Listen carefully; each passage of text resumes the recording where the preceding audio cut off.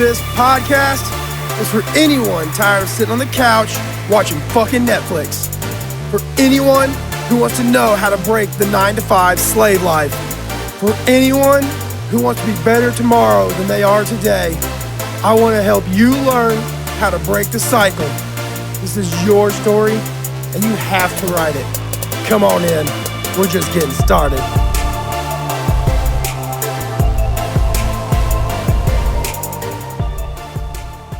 Hey everybody, welcome back to the Getting Started podcast. As always, I'm your host, Sean Bustard. I've got with me here today Phillip Sessions, who is a personal trainer and is on his journey to getting into the fitness space and helping others become their best physical versions of themselves. What's up, Phillip? How are you this morning, man? I'm excellent. How about you, Sean? Doing pretty good, man. I'm enjoying this wonderful weather. It's a little chilly this morning here in Tennessee, but, you know, we got sunshine and no rain, so that makes me about as happy as I could be right now. Yep, same here in South Carolina. Oh, nice. I'm originally from South Carolina. What parts are you in? Greenville. Greenville, okay. I was originally from Charleston and then moved to Folly Beach, and that's where we spent most of my childhood. So. Okay, nice. I was born and raised in Texas. So. Okay. All right, man. So let's get into it, man. I want to dive kind of a little bit into your background. Kind of how did you get into this space that you're going into, and sort of what? Well, actually, let's backtrack for that, man. Like, as a kid growing up, you said you're from Texas. Were your parents kind of into entrepreneurial stuff? Were you sort of were you part of that wrong side of the kids or wrong side of the tracks kid, or were you sort of like the suburban, typical like jock prep kind of kid, or? So I guess a few things there. My dad was self-employed. He did work for a company at one point, but by the time I was, I believe, 1 year old, he started doing landscaping services. And so he created his own business, self-employed, had a couple people working for him here and there, but most of the time it was just him. My mom always, she did daycare, then she got into the school system. So I guess working for the government, and now she's a counselor, getting ready to actually retire this year, but she always stayed in that school system. My dad was pretty much self-employed, or hard manual labor worker. And my mom's got a master's degree from college or university. And then my dad, kind of more hard knocks. He did finish high school, but barely. They kind of literally gave him the grades to be able to, just get by, to be able to graduate high school. And that was it. And he was not all about it. They actually met in Texas. I guess that's a little bit more background we need to give. But anyways, so we grew up. When I was 1, we ended up moving out to the country, so probably about an hour and a half outside of the Houston, Texas area, in a little small town called Hockley. That's Hockley. And grew up there on about 5 acres. We had 17 horses at one point. So I grew up going outside, doing things. And once I got, I was into horses for a little bit, but sports started coming around. And that's when I got into sports. So really started loving sports. But I was always a small guy. I always felt like everybody was bigger than me and all this stuff, even though I hit a huge growth spurt going into my freshman year of high school. I grew 4 inches and gained like 30 pounds, just gained 30 pounds, and it looked like solid muscle, but I didn't even work out. So it was really weird. But everybody's like, dude, you look jacked. And people was like, hey, you're on steroids. And I still felt like this small guy. And fast forward a little bit more, ended up going to college, and I decided, senior year, once I go to college, I'm going to start lifting weights and get bigger. And so I was a cross country and long distance runner in track. And so I was 165 pounds, and right now I'm about 208. And so, about 40-pound difference. And so 165 pounds is huge for a cross country runner at about 5'10", but I still felt small. And so I wanted to get bigger. And of course, the big thing for me was to get bigger and more muscular to look better for women. And of course, that ended up not being what happened. I did get bigger, I guess better looking, if you think so. I'll let you be the judge. But I got more attention from guys. So it was really weird. Yeah, like we not straight guys. Well, I mean, I guess straight guys too. What was that? Definitely the opposite effect there. Exactly. So, I mean, I guess there were straight guys too. They're like, dude, how you get so big and stuff like that. But it was just really weird. And this whole shift changed. I went from like wanting to just get stronger and get better looking for women to doing it for myself because I really enjoyed it. And I love the challenge of sculpting my body. And so I'm a bodybuilder now, kind of by experience. And I've done one bodybuilding show, plan on doing two more later this year. Was going to do it earlier, but coronavirus kind of hindered that. So I'm going to do it later this year. And so just doing all this journey, it's helped me with my mental discipline in general, mindset, everything. And I started seeing this correlation between physical fitness and mental fitness, and then just fitness in general and your business and your life and everything. And it made me realize that there's so much more to life than just the gym. And so this is what I want to teach to people is so many people I hear them say, I just can't do it. I've got too much going on, and, excuse after excuse. And so now I'm at the point where I'm trying to educate people to help them understand and bridge that gap that fitness is not as hard as we think it is. We want to major in the minors, the little details that, yes, they matter for a competitor, but they don't matter for the everyday person that's not going to go compete on a bodybuilding stage. And so I want to be able to educate people on that. So that's kind of the journey where I've came from, and, bunch of mindset shifts over the years and everything with different mentors and stuff. And I think we have been exposed to a lot of the same mentors. And so you're the same way with me on that, is where our mindset has changed so much over the past years of just absorbing information from other people. Oh yeah, definitely, man. I know that when I first started this journey, I didn't really know what a mentor was, and especially kind of from my background, I grew up. I always had that rock star attitude. I wanted to be a rock star, and this, that, and the other. So I had a lot of really bad role models to begin with. I think there was a point in high school where I think all the role models that I had either committed suicide Mm, or went through some sort of drug overdose at some point in time. And then when I first got on this journey, I had to reframe what a mentor was, what a role model should be, things like that. And yeah. yeah, the major mindset shifts you make, even just going through these steps, you're just it expands on what you already know, and then takes it and gives it just a whole new level, I guess. Yeah. And another thing for me, growing up, it was always like, you can do it on your own. We hear this example a lot about, yeah, you can mow your own lawn, but is it really worth your time to mow it instead of Hmm. paying somebody else to do it? And so I'm still getting over that mindset on certain things.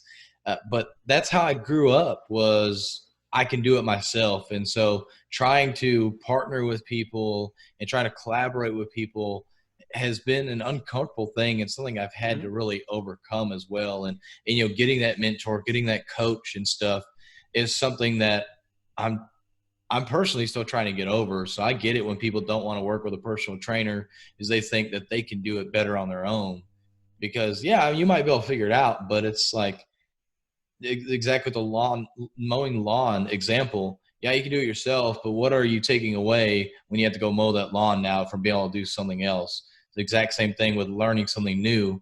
Yeah, you can learn on your own, but how much longer will it take for you to learn it on your own versus learning it for somebody else and then be able to do it on your own after that Yeah, or with absolutely, them? man. And that kind of comes from the having that scarcity mindset. At least that was my experience with it. Was you do it yourself so you can save a few bucks. Yeah. You don't pay somebody to come mow your yard. I mean, you've got a lawnmower, you can go mow it yourself. You don't pay Hmm. somebody to come and tend to the bushes when you got a pair of hedge trimmers out in the garage. Yeah. And it's I think it's just something that comes from not only just the scarcity mindset, but especially the older generation. That was kind of their thing, and we came up learning from them because they were the people that we had to teach us. So yeah, definitely, I can definitely relate to the uncomfortableness of having to, not so much having to ask somebody, but that they're reaching out to say, hey, I don't know how to do this, and I know you do, so can you help me figure this out? Hmm. Um, But yeah, and definitely, when you get into having the mentors, especially with fitness and having a personal trainer, I don't know a whole lot about the fitness industry as far as the physical side of it. Mhm. I'm learning through just different, people in my network and people I've connected with. And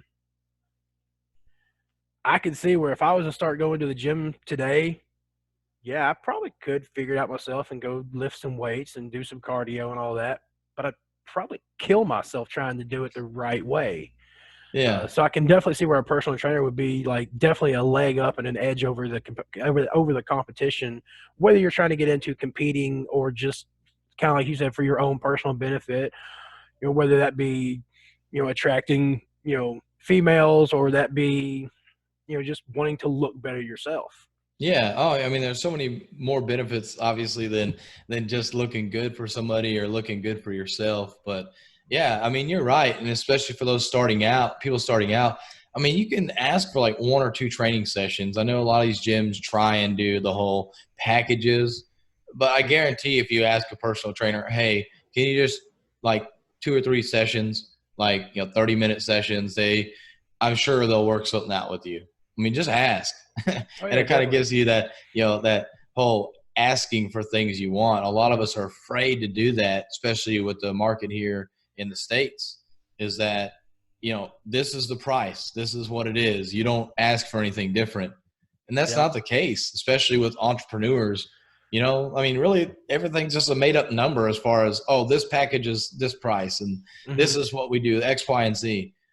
You can ask for what, I'm blanking on the letter before X, but anyways, L, X, Y, and Z. Let's go with that. Hey, it works, tried and true, right? Extra, and maybe pay a little bit more, and they can create a new package for you. So don't be afraid to ask for that thing, especially when it comes to some personal training. Because, I mean, yeah, as a personal trainer, we want to have packages to be able to know that we have something for an extended period of time, a known period of time. But hey, you just want something for one or two times, you know, I know I'd be willing to work with you on that. Like, I get it. You just want something real quick, something to educate you a little bit and move on from there. You don't want this whole thing. You want to try and figure it out on your own. I get it. Well, and I think that's what differentiates the people like yourself who really truly want to see these people succeed, who really want to see them, become the best versions of themselves Mhm. versus, just like, and I'm just throwing this out there because I know it's a big name, like someone like Planet Fitness who's got all these personal trainers and coaches and this, that, and the other, that they're there to make money. And I'm not saying Planet Fitness in particular does this, so don't sue me, Planet Fitness.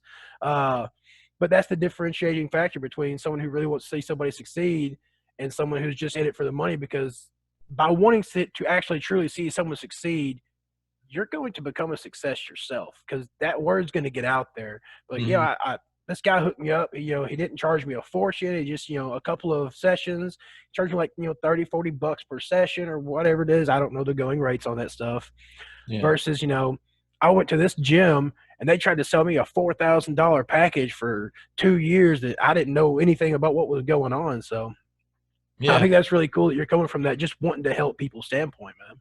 Mhm. Uh, And you're totally right. The more people you help, the more that in turn it will help you in the end. I mean, that shouldn't be your mindset behind it, but that's just how it happens. You help people, and then they may not help you, but they may have a friend that helps you out or something. mhm. Just yeah, word of mouth is huge, especially with the internet. Oh yeah, and that was something I've been big on for the last, I guess, probably decade is like working in the construction industry. I started out doing residential construction as an Mhm. electrician, and the guys that I worked for, that was their reputation was word of mouth, word of mouth. They didn't do any kind of advertising. They didn't get on social media and try to say nothing. I was like, but guys, y'all don't understand. Facebook itself is the new word of mouth. If Yes. you can get people talking about you on Facebook, you will damn near explode overnight. Yeah. Uh, and that's something that, just changing of the times, I guess. Yeah. So, man, like, kind of, where were you at when you sort of kind of got this mindset that you didn't want, like, all right, let's back up before I get into this. What is it that you do now? Like your typical 9 to 5 day job.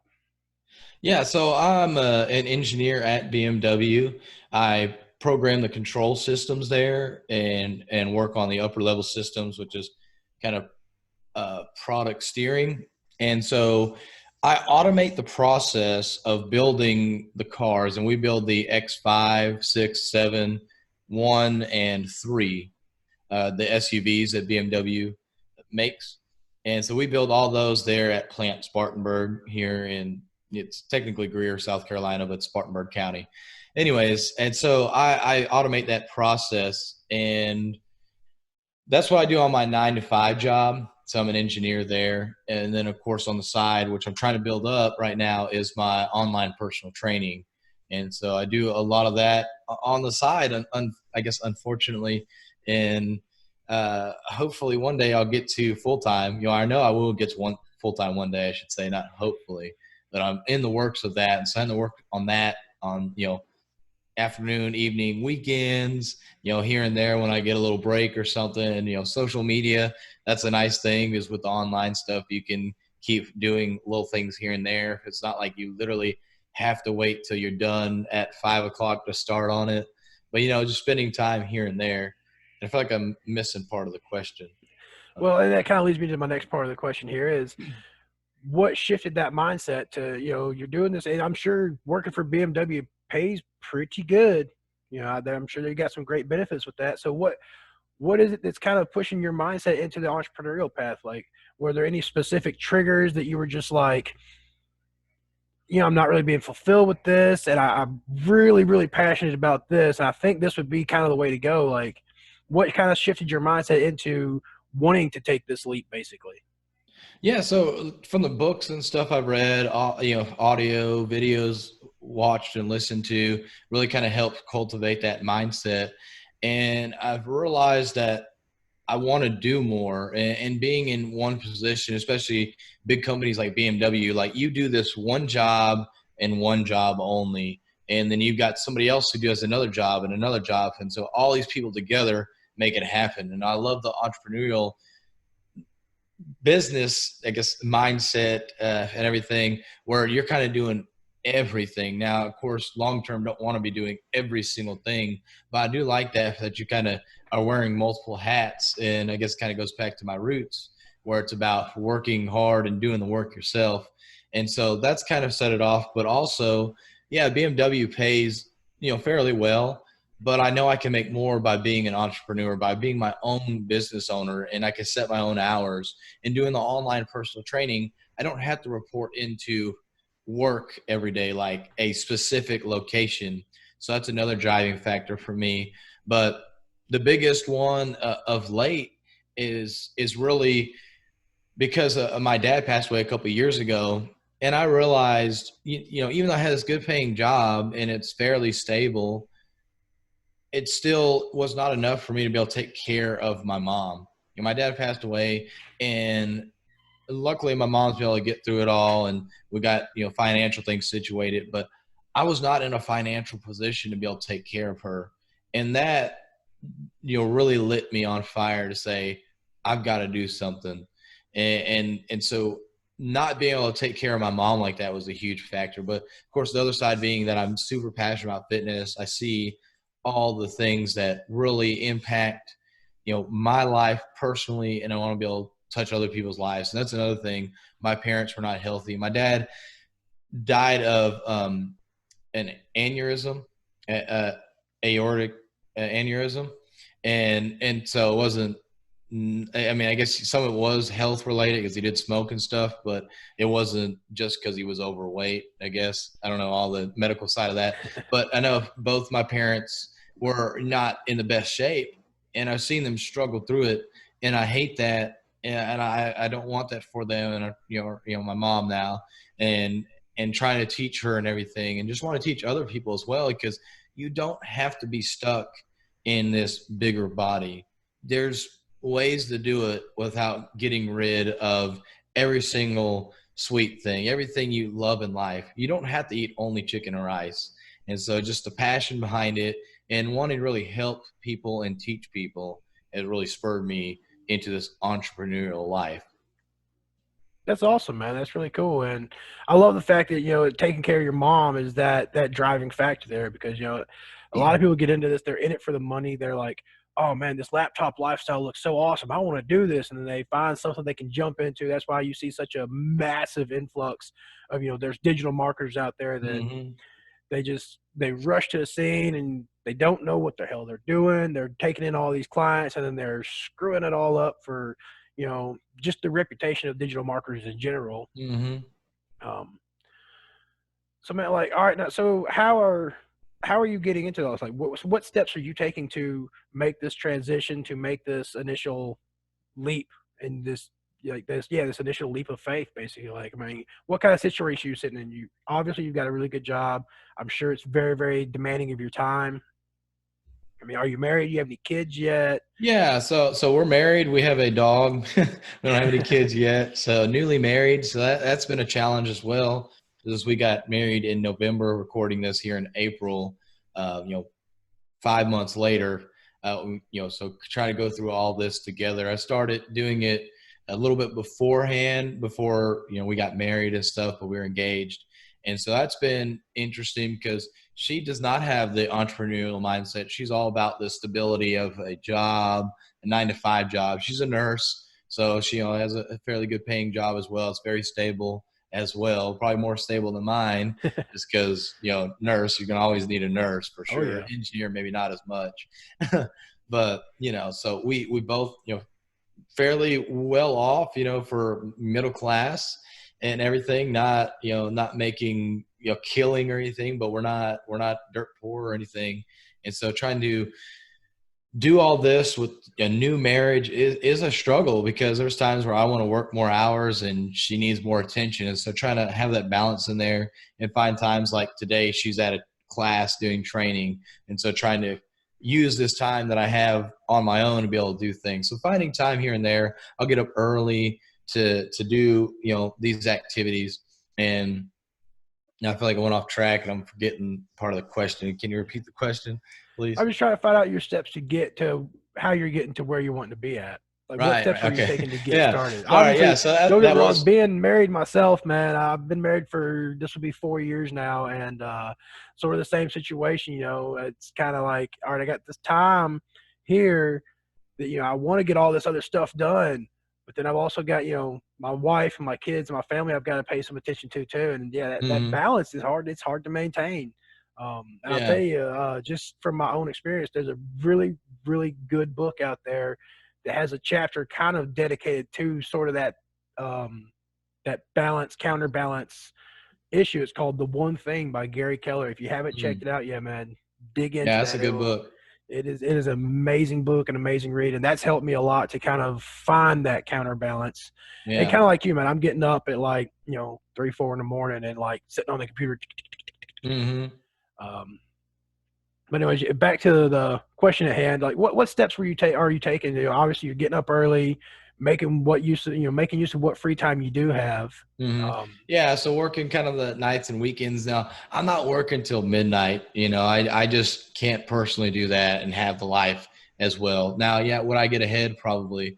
But also joining different like masterminds. I'm in Arte Syndicate, so with Ed Milet and Andy Frizella, and so they're huge mentors for me and teaching things along the way. I'm in 365 Driven Society with Tony Watley, so very tactical steps there along that journey, and just surrounding myself with people, knowledge, books, podcasts, the whole 9 yards to learn as much information as possible. But the biggest thing is actually taking action. And there's a awesome book that I really love called The Compound Effect by Darren Hardy.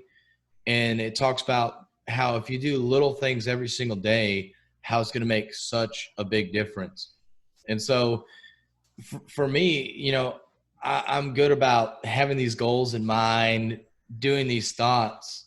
But I realized along the way that, yeah, it's great to have goals. It's great to have thoughts about where you want to go, what you want to do, but you have to take action behind it. And so writing down a list of things I need to do for the day, for the week, whatever it may be. And I don't do this every day, and I need to get better about this. And this is one thing Andy talks about, power list, 5 things you do every single day to move that needle forward. And it's the little things over time when you're consistently doing them that are going to move that needle forward. So I myself am trying to get better at that, because fitness side, man, I can do that all day long. I can visualize exactly what I want, take some action by going to the gym, eating right, and be consistent on it by, doing that every single day for, 6 days a week. Maybe give myself a little break on the diet 1 day a week and rest from the gym, but it's still part of that whole being consistent, taking action to go to the right place.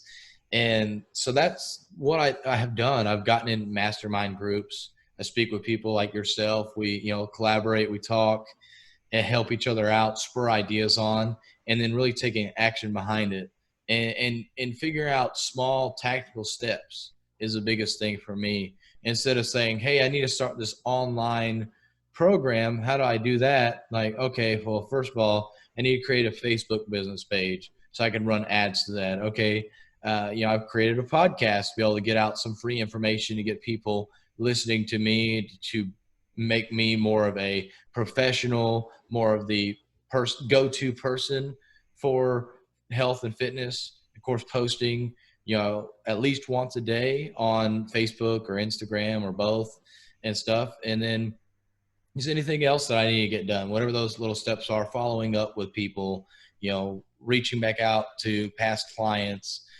working with the current clients I have, having check-ins, stuff like that. All these little things is making sure I do these small steps, because I want, $1 million business. But if I think about how do I get to $1 million business, it's not going to happen, because that's so far off in the distance for me right now and so hard to fathom. So I have to break it down into smaller steps. So for those that are trying to get there in their journey, they need to break down what they're doing and just do something that you understand. The things you don't understand will start to fill in as you go along, and you'll figure things out. Or as you're thinking about it more, the law of attraction will start to work in your favor, and you'll meet somebody who happens to know something. Like we talked about offline, about how when you first started a podcast, you're like, oh man, well, how do I do this? And somebody was like, dude, get on Zoom, strip the audio from that, and use that for your podcast audio. And you're like, oh my gosh, that's genius. And so you're going to meet people along the way as you start taking that action, but you got to start taking the action first. And people are going to want to start helping you out too as you take more and more action. So that's what I've done. Joined masterminds, podcast, read books, just taking action in general. And yeah, absolutely, man. I believe it's I can't remember who said it now, but I seen somewhere a quote. Somebody said that having goals is nice, but a goal without a plan of action is just a dream. And it's nice to have dreams, but if you really want to make those dreams happen, you have to have a plan of action. You have to take action. And Tony Robbins' big thing is he's all about taking massive action. And if you want to accomplish it, that's what you have to do. And it's like you said, you can't do it all at once. Anyone that goes out there is just like, you got to go balls to the wall, 100 miles an hour the whole time. You're going to burn out. You're going to fail. You're going to fail miserably. You can't eat an entire elephant, but you can eat it if you chunk it down little by little, bite by bite. So I love your strategy there, man. I love just taking the baby steps, little by little, consistently, putting in just a little bit of effort every day to be that just 1% better even. Because like you said, it does add up. It does all compound in the end. And, eventually all these little steps, just being consistent. And it doesn't, especially for people out there just starting out, just now getting on their journey, it doesn't even have to be every single day. If you are just trying to be just 1 little percent better every day, at the end of the week, you're going to be, about 5 to 7% better. Well, even if you can be, 2% better every week, if you could do that week in, week out, you're going to get there. You're not going to be as quickly growing, but it's still going to happen eventually. So I absolutely love that, man. So how long did it really take you to kind of figure out that, working with a mastermind like Arate or with 365, which are both incredible, excellent masterminds? I absolutely love Ed and Andy. They are, if I had my way, they would be running for president in 2020. But So Co-president. exactly, man. You know, Ed and Andy, we can run America. I'm good with that. Uh, so how long did it kind of take you to realize you sort of needed to kind of get into these masterminds? Was there any kind of pushing factor to kind of push you towards RTA or 365 or any others that you might have looked into?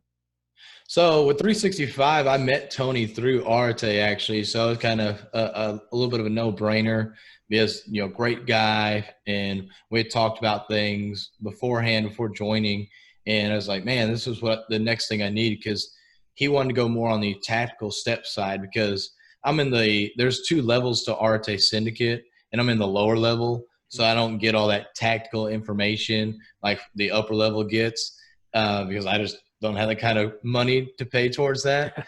But I realized, going to conferences and stuff, which is what led me to the mastermind. I started going to conferences and realizing I needed more information, more tactical information. And so that's what led me to joining masterminds and, joining more masterminds, because you kind of see all these other people doing the same thing. The circle gets so much smaller as you join these masterminds, which is crazy with this big world and the big internet and everything. But you start seeing a lot of the same people. But I realized that for me to get more information, I needed to pay some money to get in these groups. So just depending on where you're at is what you got to figure out what you can and can't pay. I'm not saying go leverage credit cards, leverage your home, just be able to get in a group, but they help out and accelerate that thing, because a lot of these people, you can get that same information from their free stuff, but you're not going to get it based on your business without paying them for that. So that's kind of the shift for me. I was having trouble linking that connection for me between what they were saying and how it applied to me and my business and my life. And so that's what really spurred me to get more into these. Of course, reading the books kind of talked about masterminds and stuff like that. So it was just all of it kind of compounded to make the push to join masterminds. Awesome, man. Awesome. And obviously, you got, like I said, you got a couple of great masterminds you're a part of. Nothing but good things being said about RTA Syndicate. I personally haven't jumped that direction yet. I'm sure one day that I will. Man, let's kind of step forward a little bit, man. So let's talk about your the personal training and the fitness business that you're trying to get started, man. Is there anything out there you can really offer to anybody right now, or have you reached that point yet?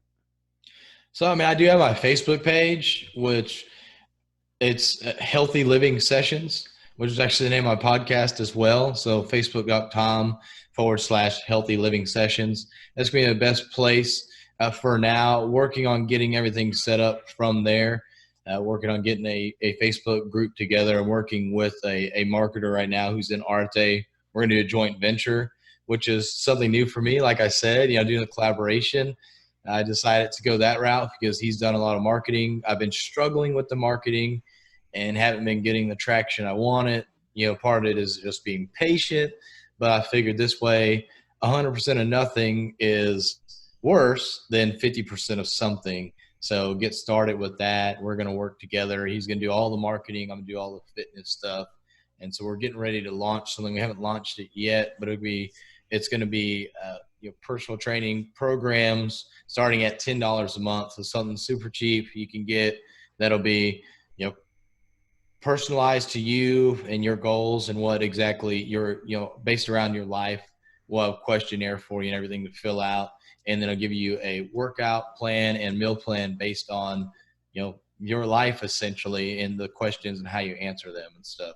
So that's what we're working towards. But right now, just following the, facebook.com/Healthy Living Sessions is the best place to go and to be able to find me. And I give lots of good information there about mindset, discipline, health, and fitness. So That's awesome, man. I love how you combine that mental with the physical, man, because I think mhm. that's definitely an area that I think that we as a country, even as just on a global level, we need to focus quite a bit on.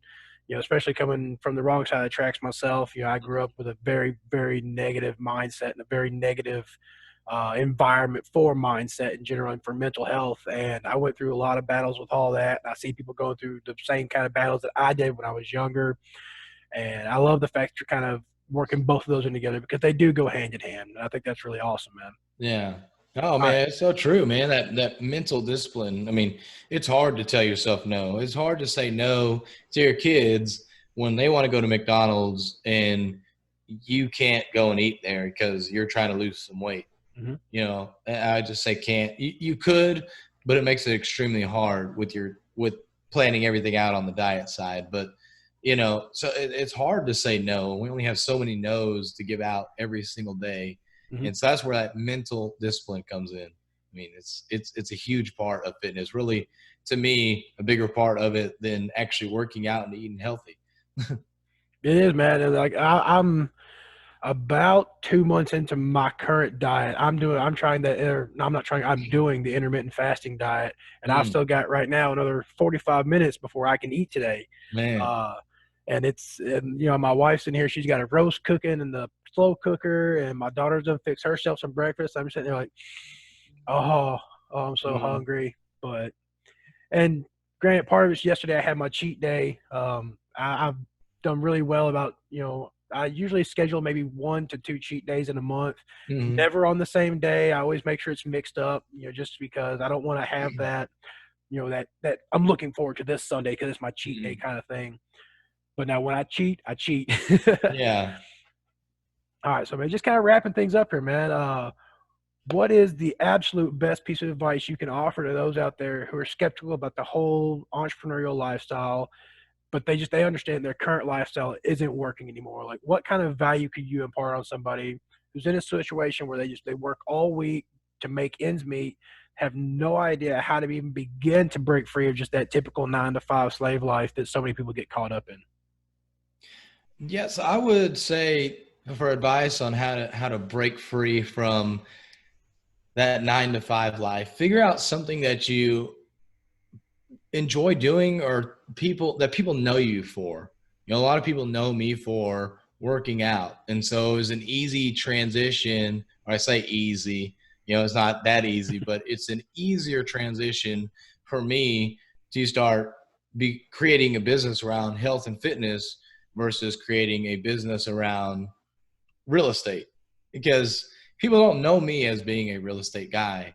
So for me to jump into real estate is a lot harder of a transition where people can see, oh yeah, Phillip talks about fitness all the time. He's a fit guy. Like, yeah, I can trust him just based on looking at him, perhaps. And of course, hopefully the content I bring as well. But that's the advice I'd give. Go do an internal evaluation of yourself and see what people come and ask you questions about. If they're asking you a question about that, you're probably a subject matter expert on that. And it could be something silly. I mean, there's that meme out there that somebody's like a millionaire or whatever because they made those stupid noodles that we don't use them for flotation noodles in the pool. We spit water out of them at each other. Like somebody made millions of dollars on that. Little Dixie cups, those little plastic ones you see at the dentist office and stuff. Somebody's made probably billions of dollars off of those. And who would have guessed? So there's so many things out there. Don't think that your little idea is stupid. Just go out there and try it. I mean, there's a kid that did reviews on toys on YouTube, makes like millions of dollars, and now he has his own toy company. He's a kid. Like, so don't think that you can't do it. No matter your age, no matter your sex or your race, it doesn't matter in today's society. You'll find the people that will like you for you. And so be personable with it, because what differentiates you from, or I guess we'll say me from any other personal trainer is me. And so what differentiates you from being whatever you want to be is you, not what you do. Me being a personal trainer doesn't differentiate me. There's plenty of them out there. But what differentiates this personal trainer is that it's Phillip Sessions. So Absolutely, man. I absolutely love that, dude. That's great. Phillip, man, it's been great having you here, man. You've been an absolute pleasure to work with, man. And man, I hope to catch up with you here in, 6 months to a year and see where you're at, man. I see big things coming for you, and man, I can't wait to see what you bring in the future. Definitely appreciate being on, Sean. I know I brought some value for people, and hopefully they'll take it and do little steps every single day and Awesome. get on that journey of being an entrepreneur. Cool, man.